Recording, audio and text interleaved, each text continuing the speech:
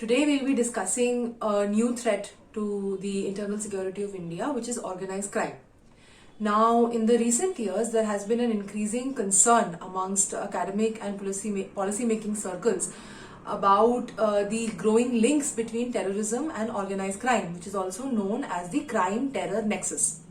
Now, these policymakers or academics are essentially concerned about the fact that both terrorism and organized crime seem to borrow from each other. They seem to borrow from each other terror tactics, the psychological intimidation or the incitement of fear amongst the public, the subversion of the legitimacy of the state, as well as the growth of transnational criminal or terror networks.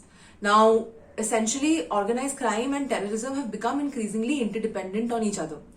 Now, terrorism depends on organized crime for the boundless supply of finances that are obtained through illegal transnational networks, which allow them to fund their terror activities. And indeed, the finances or the money that essentially comes from organized crime is essentially boundless because it is not limited by borders, it is not limited by government regimes, and it is only limited by the degree of success of the organized crime group. On the other hand, organized crime takes from terrorism or utilizes the psychosocial terror architecture that has been constructed by terrorism.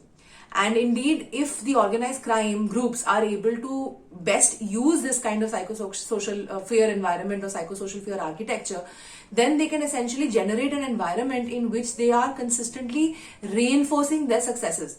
Because if people are essentially intimidated or afraid enough, then organized crime groups wouldn't have to compel them to extort money from them. It wouldn't have to compel government departments to, create an environment in which they may be able to flourish. They simply need to utilize this terror architecture to destabilize the economy, to disrupt civic architecture or civic facilities that have been, instituted by the government, until essentially there results in a weakened state, a fractionalized law and order, and a disrupted economy. In such a situation, people lose faith in the government and they begin to depend on the illicit economies upon which organized crime groups have their strongest hold. So essentially what organized crime does when it borrows from terrorism is that it transforms this culture of fear into a culture of impunity, which allows it to very successfully reinforce and flourish and perpetuate their illegal activities. And this is why for most scholars, organized crime poses both a soft and a hard threat to internal security. It poses a hard threat because organized crime uses paramilitary force to generate power apparatus that seeks to subvert and replace the legitimacy of the state. They present soft threats because their activities are aimed at destabilizing the social, cultural, political and economic traditional apparatus that exists, and by fomenting corruption amongst local officials, by disrupting economic practices, until individuals essentially, as I said, they lose faith in the government and they begin to depend on these organized crime groups for livelihoods, safety, security, services, and most importantly, governance and legitimacy. This is essentially the case for why a lot of organized crime groups have been able to flourish, especially in destitute parts of even prosperous cities like the Dharavi slum in Mumbai, because of the fact that what the organized crime groups have done is that they have generated a culture of legitimacy that replaces or seeks to replace the government. So another thing that organized crime also does is that it also severely hinders the legitimacy of the state, because in the eyes of the foreign community or in the eyes of the international community, like in the case of Colombia in the 1990s, Pablo Escobar's fearsome drug regime caused there to be a foreign-led assassination attempt on his life in those years, and this severely impinged upon the sovereignty of Colombia as a country. Now, organized crime, like terrorism, doesn't really have a universally acknowledged definition, and it depends instead on existing conventions, resolutions, sectoral treaties and domestic penal statutes. Common to all of these definitions, however, are three basic characteristics of organized crime: acting in concert, structured and continuing. These three words are more or less found in varying ways or across various definitions. Organized crime groups essentially are groups of people who are bound in a rigid hierarchy, sharing either ethnic similarities, shared goals, or shared criminal histories. And these groups essentially continue to be self-reinforcing and continue to essentially persist despite the deaths or imprisonment of individual members or even leaders.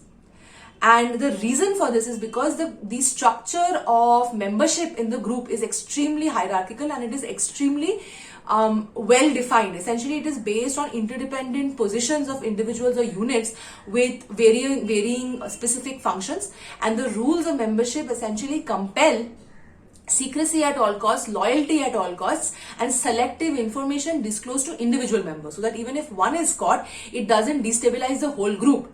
So these features allow organized crime groups to essentially persist beyond the lifetimes of its leaders, beyond constant changes in leadership, and it allows them to continue to engender social, political, economic revenue through fear, violence, and intimidation. Now, organized crime in India is not new. It persisted during the British Raj, before the British Raj, and even after independence. How did it emerge in as virulent a form as it has emerged today? The first, of course, explanation is that in the recent years, the developments and the huge advances in communications and transport technology have truly made barriers and national boundaries completely flexible. Organized crime is no longer limited by the region in which they are formed, and indeed there are a lot of organized crime lords that are continuing their empire, like Dawood Ibrahim, from outside India's borders.